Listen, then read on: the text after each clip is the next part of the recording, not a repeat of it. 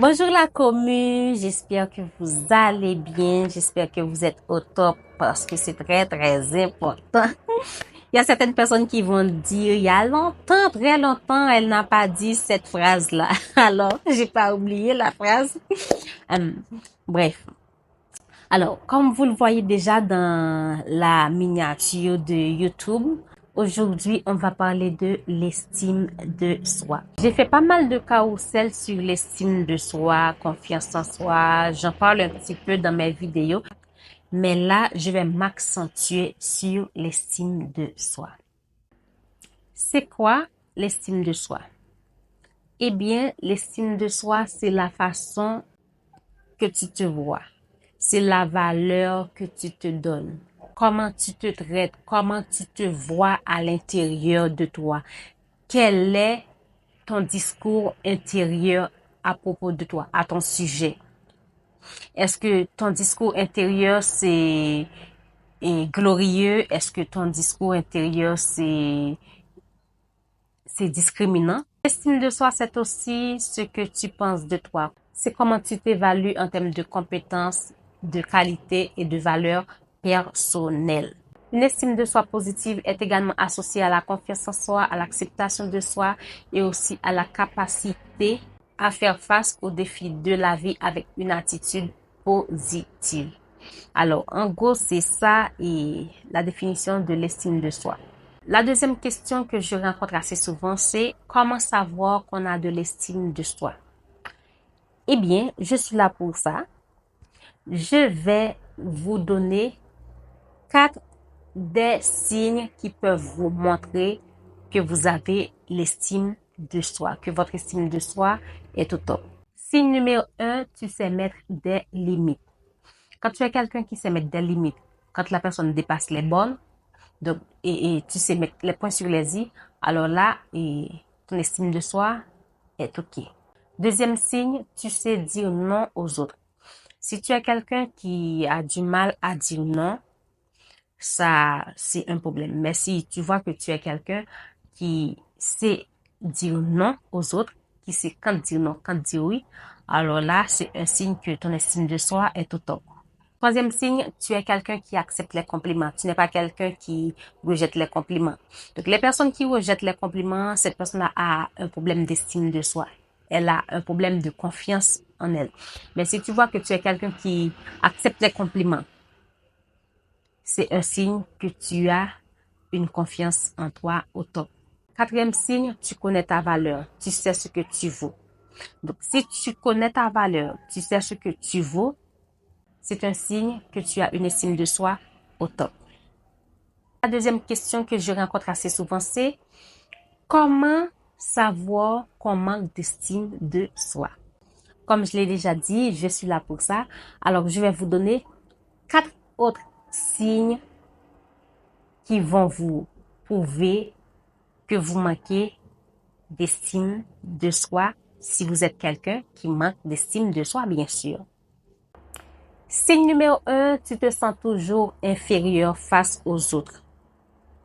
Donc, quand tu te sens toujours inférieur face aux autres, tu penses que les autres valent mieux que toi, que tu ne vaux rien, c'est un signe que tu manques d'estime de toi. Tu ne t'estimes pas assez. Tu ne crois pas assez en toi. Signe numéro 2. Tu as tendance à rejeter les compliments.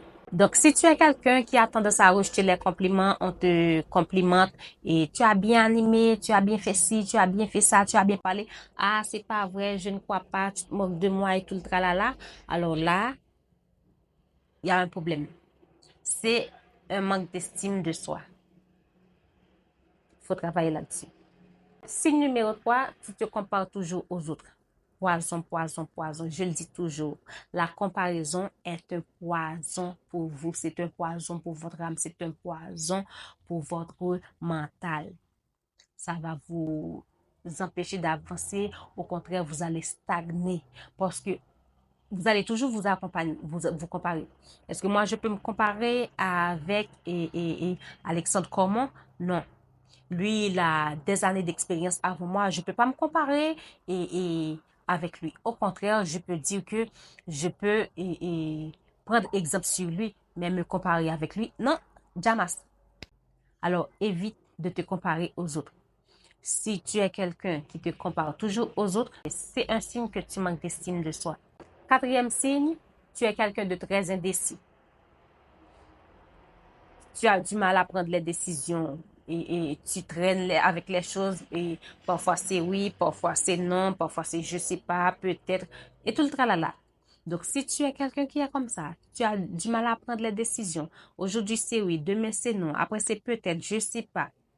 C'est un signe que tu manques d'estime de soi. Alors il faut travailler là-dessus. Si tu vois que tu as ces quatre signes-là dans ta vie, il est très important de travailler là-dessus.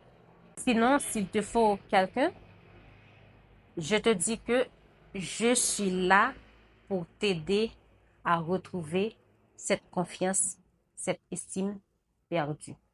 Maintenant, quelle est l'importance de l'estime de soi dans la vie de quelqu'un? En fait, j'ai lu quelque part, quelqu'un a dit que l'estime de soi, c'est pas quelque chose d'inné. Et je dis que c'est les deux. Ça peut arriver que pour quelqu'un c'est inné, ça peut arriver que pour d'autres c'est pas inné. Peu importe, il faut savoir que l'estime de soi commence à se développer dès l'enfance. Donc c'est quelque chose que les parents peuvent transmettre à l'enfant.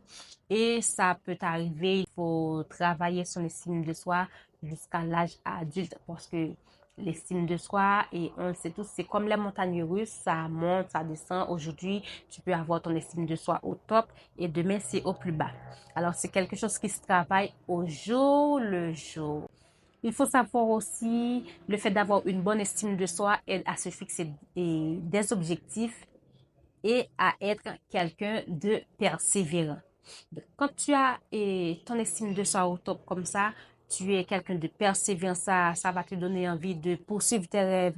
Tu es quelqu'un de persévérant, tu es quelqu'un qui est capable de te battre pour tes rêves et pour tes objectifs. Alors, avoir une bonne estime de soi, c'est très important pour la réalisation de tes rêves. Une autre question que je rencontre assez souvent, c'est Kenya, comment développer et avoir l'estime de soi?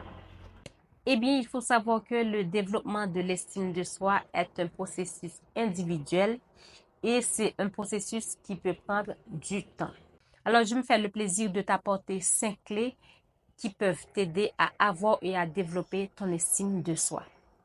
Clé numéro 1, c'est l'autoconnaissance. L'autoconnaissance, c'est prendre du temps pour toi, prendre du temps pour apprendre à te connaître, connaître tes forces, tes faiblesses, tes valeurs, tes qualités. C'est très important. Lorsque tu connais tes forces, tes faiblesses, tes valeurs, tes qualités, tes limites, ça peut t'aider à t'estimer un peu. Plus tu te connais, plus il est facile pour toi de développer une image positive de toi. Clé numéro 2, c'est la pensée positive. La pensée positive, c'est le fait de remplacer tes pensées négatives par des pensées positives. C'est très important d'avoir un discours intérieur bienveillant envers soi. Donc, à chaque fois que tu penses des choses mauvaises, à chaque fois que tu penses des choses négatives à ton sujet, il est important de les remplacer par des choses positives. C'est pas facile, mais une fois, deux fois, trois fois, tu vas y arriver. C'est par exemple, tu dis, je suis nul, je suis bonne à rien ou je suis bon à rien, je vais pas y arriver. À la place, dis, non, je peux y arriver, je suis pas nul, je peux avancer, je peux me former, je peux faire ci, je peux faire ça. Donc, tu remplaces tes pensées négatives par des pensées positives. Ce que tu peux aussi faire, tu peux remplacer tes discours intérieurs négatifs par des affirmations positives.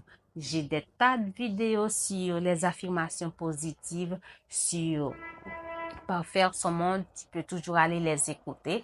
Et très bientôt, je vais vous donner quelques affirmations positives sur mon site internet. Donc, comme ça, tu auras le choix pour te booster. Troisième clé, fixe-toi des objectifs réalisables. Il faut savoir que le fait d'atteindre des objectifs personnels, ça renforce l'estime de soi. Mais ce que tu dois faire, tu dois t'assurer que tes objectifs soient réalistes et mesurables. C'est très important. Clé numéro 4, célèbre tes succès. Il est important de prendre du temps pour célébrer tes succès. Petit ou grand succès, c'est important. Petite ou grande réussite, c'est très important d'apprendre à célébrer tes succès, tes victoires. Ça renforce la confiance en soi, ça aussi renforce l'estime de soi. Et clé numéro 5 pour finir, prends soin de toi. C'est une façon de t'accorder de l'importance. Tu prends soin de toi physiquement, mentalement, émotionnellement, c'est très important. Comme ça, tu seras quelqu'un de très équilibré. Ce que tu dois faire, et pour prendre soin de toi physiquement, tu fais de l'exercice, tu danses, tu cours, tu marches. Et mentalement, nourris ton esprit avec des choses saines. Il est important d'avoir une bonne alimentation équilibrée. Comme ça, tu pourras prendre soin de toi. J'espère que cette vidéo t'a aidé. D'ici là, je te dis à la prochaine pour la deuxième partie de cette vidéo.